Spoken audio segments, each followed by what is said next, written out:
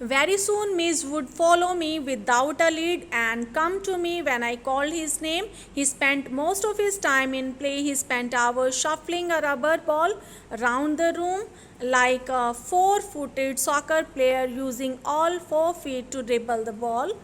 And he could also throw it with a powerful flick of the neck to a surprising height and a distance, but the real play of an otter is when he lies on his back and juggles with small objects between his paws. Marbles were his favorite toys for this pastime. He would lie on his back, rolling two or more than of them up and down his wide, flat belly without ever dropping one to the floor.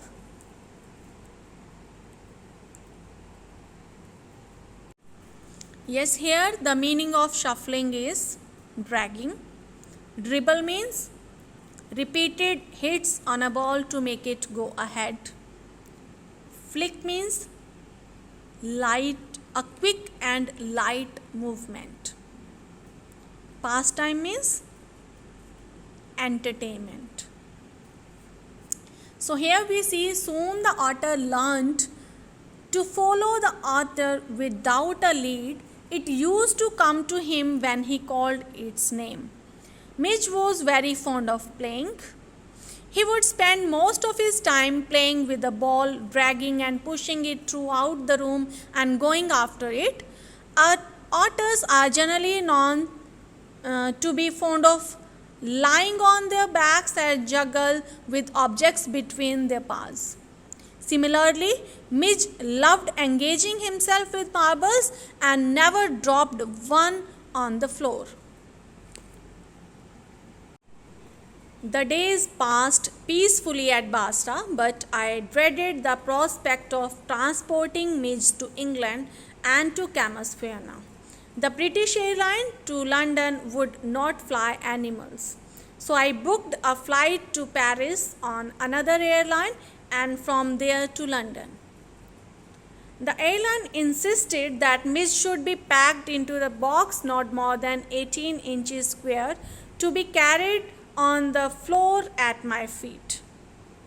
I had a box made, and an hour before we started, I put Midge into the box so that he would become accustomed to it and left for a hurried meal. Yes, here dreaded the prospect. Dreaded the prospect means was in great fear of something that would happen in the future. Accustomed means familiar. So after a peaceful time in Basra, it was now time to take Miss Bill to England, and the author was anxious even at the thought of travelling with him. British Airline refused to allow animals along with, so he booked with another airline which insisted on Midge being carried in a box not more than 18 inches square. It was not a direct flight from Basra to England. They had to first fly to Paris and then to London. Just as the airline demanded, narrator put Midge in a box an hour before so that it got enough time to be comfortable and left for a quick meal. When I returned, there was an appalling spectacle. There was complete silence from the box, but from its air holes and chinks around the lid, blood had trickled and dried. I whipped off the lock and tore open the lid, and Miss, exhausted and blood spattered, whimpered and caught at my leg. He had torn the lining of the box to shreds when I removed the last of it so that there were no cutting edges left. It was just 10 minutes until the time of the flight, and the airport was 5 miles distant. I put the miserable Miss back into the box, holding down the lid with my hand. Here, the appalling spectacle means a shocking scene. Whipped off means quickly took off. Trickled means drip or flow, and shreds means pieces.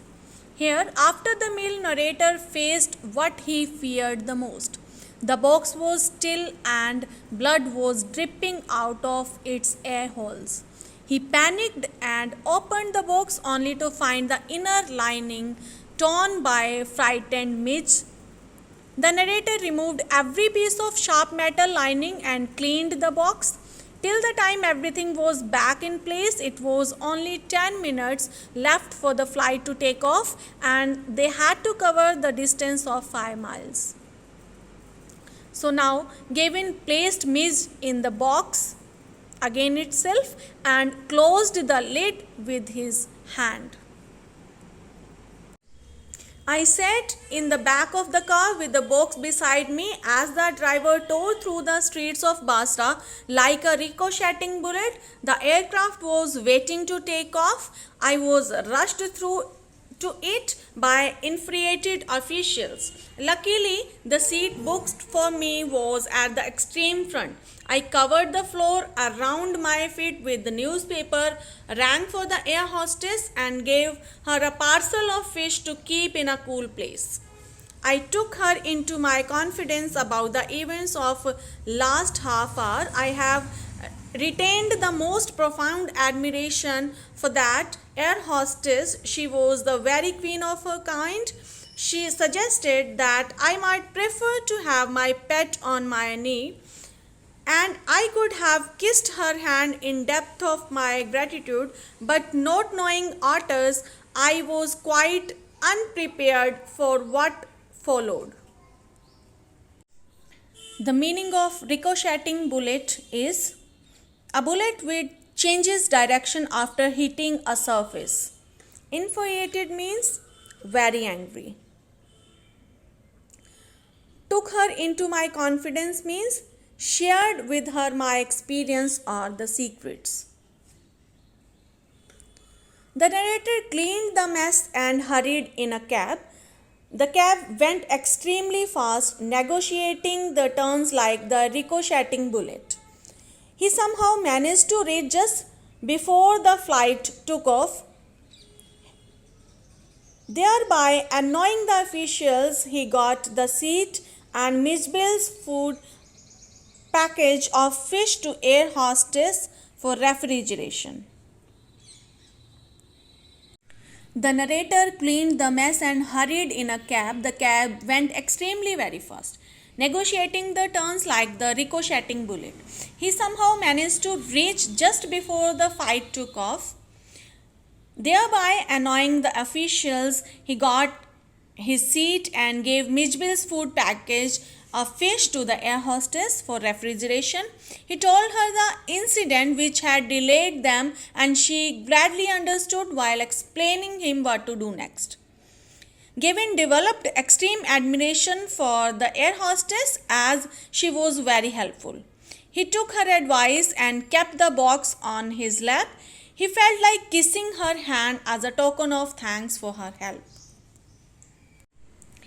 Mitch was out of the box in a flash. He disappeared at high speed down the aircraft. There were quacks and shrieks, and a woman stood up on her seat screaming out, "A rat, a rat!" A caught sight of Miss tail disappearing beneath the legs of a portly white turbaned Indian. Diving for it, I missed, but found my face covered in curry. "Perhaps," said the air hostess with the most charming smile, "it would be better if you resumed your seat. I'll find out the animal and bring it to you." As soon as the author opened the box, Miss jumped out of it and disappeared. There was chaos all around. Passengers were getting scared. A lady climbed upon her chair. When he saw Miss beneath the seat of a white turbaned man, he attempted to catch Miss and ended up getting his face covered in curry, only to find that Miss had vanished again. Just then, the air hostess extended the offer to help find Midge and advised him to go back to his seat. I returned to my seat. I was craning my neck trying to follow the hunt when suddenly I heard from my feet a distressed chitter of recognition and welcome, and Miss bounded onto my knee and began to nuzzle my face and my neck. So, here the meaning of craning is stretching out one's neck in order to see something. Distressed means troubled. Bounded onto means climbed up quickly, and nuzzle means to rub gently with nose. On being requested by the air hostess, the narrator came back to his seat and his eyes started looking for Midge. It was only then he heard some chitter while Midge climbed up his knees to reach his face. Midge has returned. Midge and I remained in London for nearly a month. He would play for hours with a selection of toys, ping pong ball, marbles, rubber fruit, and a terrapin shell that I had brought back from his native marshes. With the ping pong ball, he invented a game of his own which could keep him engrossed for up to half an hour at a time. A suitcase that I had taken to Iraq had become damaged on the journey home, so that the lid, when closed, remained at a slope from one end to the other. Midge discovered that if he placed the ball on the high end, it would run down the length of the suitcase. He would dash around to the other end to ambush its arrival, hide from it, crouching to scream up and take it by surprise, grab it and trot off with it to the high end once more. Here, the meaning of terrapin shell is the shell of a small turtle found in North America. Engrossed means completely interested in. Then ambush. Ambush means to attack suddenly from a hidden position. Crouching. Crouching means adopt a position where the knees are bent and the upper body is brought forward and down. Typical, in order to avoid detection or to defend oneself. Okay. Trot off means to leave. So here we see they stayed in London for a month while Midge had learned to engross himself with tons of games. He used to play with ping pong balls, marbles, rubber fruit, and a terrapin shell. Ping pong ball kept him engaged for half an hour. Given suitcase has got damaged on the journey, so it had a slope from one end to the other. Midge will roll the ball from a higher end towards the lower end. Then he would rush to the lower end and hide, waiting for the ball to reach. He would jump up in time and surprise the ball. Then he would catch the ball and rush once again to the higher end of the suitcase. Very excitingly, he would again hit the ball from the other end. Outside the house, I exercised him on a lead precisely as if he had been a dog.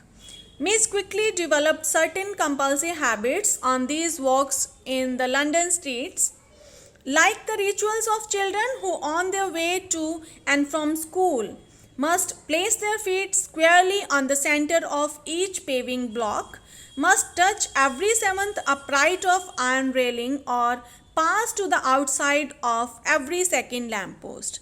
Opposite to my flat, there was a single-storied primary school along whose frontage ran a low wall some 2 feet high. On his way home, but never on his way out, Midge would tug me to this wall, jump onto it, and gallop the full length of its 30 yards to the hopeless distraction both of people and of staff within. Here the meaning of compulsive is irresistible. Rituals means a religious ceremony. Tug means pull and gallop means run fast. So the author would take Miss for a walk and exercise just like a pet dog. Miss ran around the street in a particular fashion just like a school kid did. Like children form different habits of placing their feet in the center of each block that came their way, or of touching every seventh pole of each railing, or crisscrossing out of the street light poles, there was a primary school with the only ground floor. There was a low height wall almost 2 feet high, and on their way back home, Miss would pull Gavin towards the wall, jumped on it, and ran on its entire length at a high speed. He would attract the attention of the students and the staff inside the school. It is not, I suppose, in any way strange that the average Londoner should not recognize an otter, but the variety of guesses as to what kind of animal this might be came as a surprise to me. Otters belong to a comparatively small group of animals called mustelid, shared by the badger, mongoose, weasels, toad, mink, and others. I faced a continuous barrage of conjectural questions that sprayed all the mustelids but the otter. More random guesses hit on a baby seal and a squirrel. Is that a walrus, mister? Reduced me to giggle, and outside a dog show I heard a hippo, a beaver, a bear cub, a leopard, one apparently that had changed its spots, and a brontosaur. Midge was anything but an otter. Here the meaning of barrage of conjectural questions means a stream of questions filled with guesses. So as an otter is not a very common animal in London, the author found it strange that the residents were unable to recognize one. People had wild guesses as to what Miss was. Otters belong to a group of animals called mustelids, shared by badger, mongoose, weasels, toad, mink, and others. People could guess all animals of that group, but they could not recognize the otter. Most famous guesses were a baby seal or a squirrel. Some guessed that Midgebill was a hippo, beaver, leopard, walrus, etc. But the question for which I awarded the highest score came from a laborer digging a hole in the street. I was still far from him when he laid down his tool, put his hand on his hips and began to stare. As I drew nearer, I saw his expression of surprise and affront, as though he would have me know that he was not one upon whom to play jokes. I came abreast of him. He spat, glared, and then growled out, "Here, mister, what is that supposed to be?" So here we see the most shocking reply came from a laborer digging a hole who paused working while observing Midge. The man kept his tool aside, placed his hand on his back, and stared at Midge. His expression of surprise and affront signaled that he would not tolerate any nonsense. He spat, stared at him, and asked the author in a loud voice that what was that supposed to be. So my dear children, this was all about the detailed summary of the chapter Midgebill the Otter. Thanks for watching. Stay healthy, stay safe.